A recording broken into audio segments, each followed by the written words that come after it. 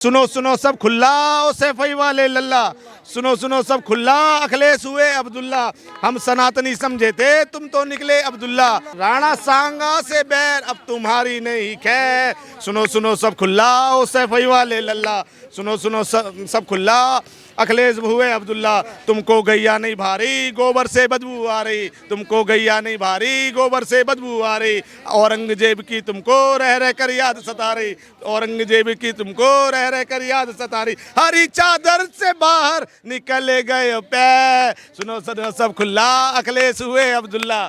अब्दुल्ला हो चुके हैं वो, और कहीं ना तो कहीं बेगारी शादी में अब्दुल्ला दीवाना है, इसको कोई नहीं पूछने वाला। तो पास होके रहेगा। जो सारे जो पहले जो बिल पास हुए हैं खूब अड़चन कराए, खूब फजीयत करी थी ना उन्होंने, ये भी 100% बिल पास होगा, कुछ नहीं कर पाएंगे ये। क्या नाम हुआ? जनता से बात करते हैं। क्या मेरा नाम दीपक कुमार झा है मैडम। क्या लगता है हड़पने के लिए जमीन ये संशोधन किया जा रहा है? अखिलेश यादव तो यही कह रहे हैं। अखिलेश यादव कह रहे अब तो जिम यादव मत बोलिए, अब तो जमीन जाने वाली है मुस्लिमों मत बोलिए। ये यादवों के समर्थन में होते तो यादवों के हित के लिए कितनी बार बात करी है, और अगर इनको इस वक्त से परेशानी थी, वक्त बिल से परेशानी थी, तो ये चुनाव आते ही क्यों इन्होंने राग गाना, इन्होंने 3 साल 4 साल सरकार थी ना, सरकार तो बोल रही थी वक्त लेके आएंगे, क्यों नहीं इन्होंने सरकार से समन्वय बना के बात करने की कोशिश करी। आज कहीं ना तो कहीं ये समाज में जातिवाद जहर घोलने का काम करना चाहते हैं। सब समझदार हैं मुस्लिम। आज देखिए भोपाल में मुस्लिम समाज ने बम पटाखे फोड़ के इसका स्वागत किया है कि भैया ये कहीं ना तो कहीं बिल हमारे हितों में है और ये बिल पास होगा, ये कुछ भी कर ले। 3 तलाक पे भी इन्होंने ऐसे ही डाइवर्ट करने की कोशिश करी थी लोगों को कि 3 तलाक आएगा तो ऐसा हो जाएगा, वैसा कुछ भी नहीं हुआ। इन्होंने 370 पे किया, इन्होंने नागरिकता कानून पे किया कि आपकी नागरिकता छिन जाएगी। कितने मुसलमानों की नागरिकता छिल गई। ये कहीं ना तो कहीं बहकाने और छलने का काम करते हैं। जनता समझदार है। किरेन रिजिजू ने ये कहा है कि अगर यूपीए की सरकार रहती तो अभी तक की जो संसद भवन में खड़े यहाँ भाषण दे रहे हैं, हालांकि क्लेम तो कर दिया है पर ये जमीन भी जा चुकी होती और कई सारी जमीन है जिनकी संपत्ति है वो भी अभी तक वक्फ बोर्ड के कब्जे में हो गई। बिल्कुल सही बोला उन्होंने। आप मुझे बताइए कि जिस वक्फ को बनाया गया था कि भाई इधर से जो पाकिस्तान जो नागरिक चला जाएगा उसकी ज़मीन को टेक केयर करेगा, वक्फ बोर्ड बनाया गया था कि ये जो है मुस्लिमों को जो मजलूम हैं, जो सताए हुए हैं, जो गरीब आदमी जिनके पास घर नहीं है, उनकी मदद करेगा। आप एक बात बताओ, 1947 में वक्फ के पास 30,000 एकड़ की ज़मीन थी। आज मौजूदा जो है समय जो है 9,74,000 एकड़ ज़मीन वक्फ के पास है। और हाँ, अब एक बात बताओ, इतनी ज़मीनें आ कहाँ से गई? ये कहीं ना तो कहीं धीरे धीरे कब जाएंगे। आप ये देखिए ना, वक्त को कहीं भी आप चैलेंज नहीं कर सकते। हिंदुस्तान में दिल्ली के वो मतलब कोर्ट के अंदर नहीं चैलेंज कर सकते हो, उसके लिए एक अलग ट्रिब्यूनल कोर्ट है और उसके अंदर जो सुनवाई करता है वो दोनों मुस्लिम है। तो कहीं ना तो कहीं ये जो है बहकाने की कोशिश करी जा रही है। इस बारी जो है हिंदुस्तान बिल्कुल समझदार है और कहीं ना तो कहीं मोदी जी के साथ है। देखो ऐसा वक्फ बोर्ड में जो संविधान का आर्टिकल 32 है उसके अनुसार आप किसी भी कानून को, किसी भी सरकारी जो कानून बनाती है उसे चैलेंज दे सकते हो।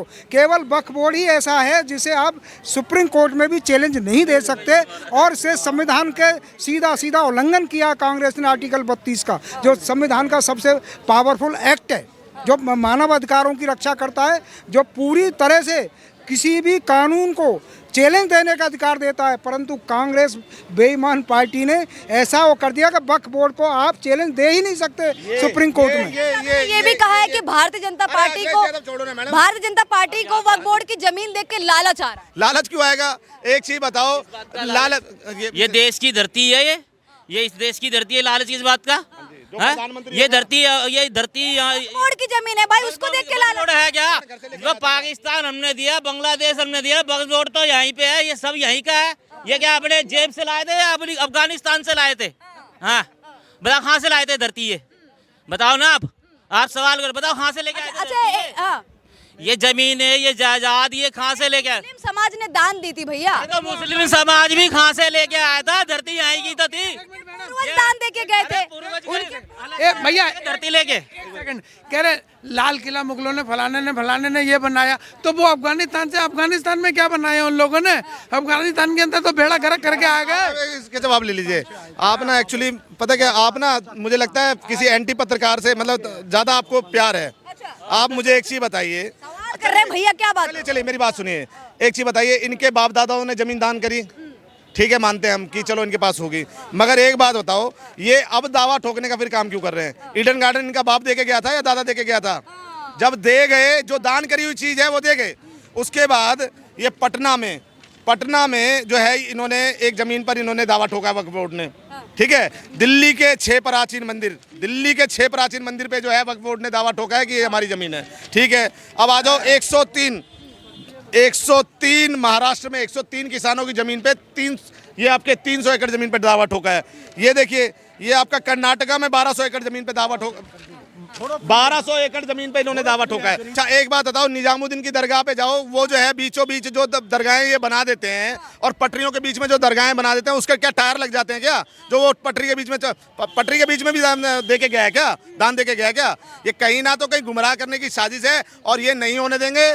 इस बारी अगर जिस तरह से मुस्लिम पर्सनल लॉ द्वारा जो बोला जा रहा है ना कि हम इसको रोड पे उतर के इसका विरोध करेंगे, तो हिंदू समाज भी सोया हुआ नहीं है, जागा हुआ है। आज मोदी सरकार कहती है कि भाई आज जो वक्फ की ज़मीनें होंगी उससे हम कहीं ना तो कहीं जो मुस्लिम समाज है, जो बेघर समाज है, जो विधवा है, जो इनके मौलाना वगैरह है, सही है, उनकी मदद करी जाएगी। मगर कहीं ना तो कहीं आज भी देखिए इनके मन में कैसा जहर है कि ये कहते हैं कि हिंदू हमारे लिए काफिर है। अब वक्फ बोर्ड के पास कहाँ से जमीन आ गई? अब बताओ ना कि दूसरे नंबर पे आती है ना, सेना के बाद सबसे ज्यादा जमीन वक्फ बोर्ड के पास कहाँ से आ गई?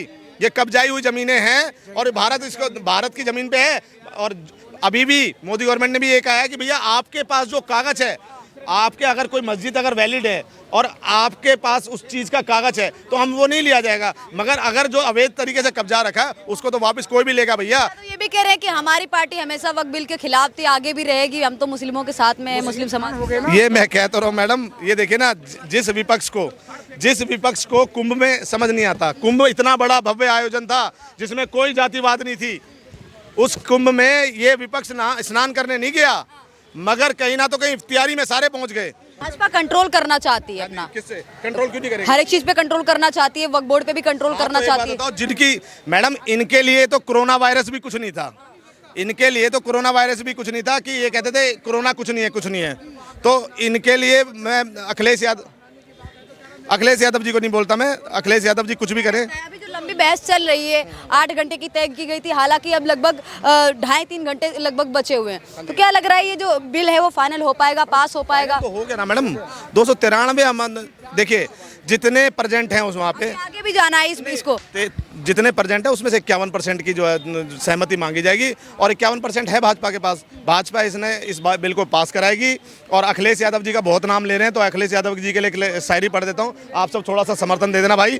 कि सुनो सुनो सब खुल्ला ओ सैफई वाले लल्ला, सुनो सुनो सब खुल्ला अखिलेश हुए अब्दुल्ला, हम सनातनी समझे थे तुम तो निकले अब्दुल्ला, हम सनातनी समझे थे तुम तो निकले अब्दुल्ला, राणा सांगा से बैर अब तुम्हारी नहीं खैर, सुनो सुनो सब खुल्ला ओ सैफई वाले लल्ला, सुनो सुनो सब खुल्ला अखिलेश हुए अब्दुल्ला, तुमको गैया नहीं भारी गोबर से बदबू आ रही, तुमको गैया नहीं भारी गोबर से बदबू आ रही, औरंगजेब की तुमको रह रह कर याद सता रही, औरंगजेब की तुमको रह रह कर याद सता रही, हरी चादर से बाहर निकले गए पैर, सुनो सुनो सब खुल्ला अखिलेश हुए अब्दुल्ला। अब्दुल्ला हो चुके हैं वो, और कहीं ना तो कहीं बेगारी शादी में अब्दुल्ला दीवाना है, इसको कोई नहीं पूछने वाला। तो पास होके रहेगा। जो सारे जो पहले जो बिल पास हुए हैं, खूब अड़चन कराए, खूब फजीयत करी थी ना उन्होंने, ये भी 100% बिल पास होगा, कुछ नहीं कर पाएंगे ये।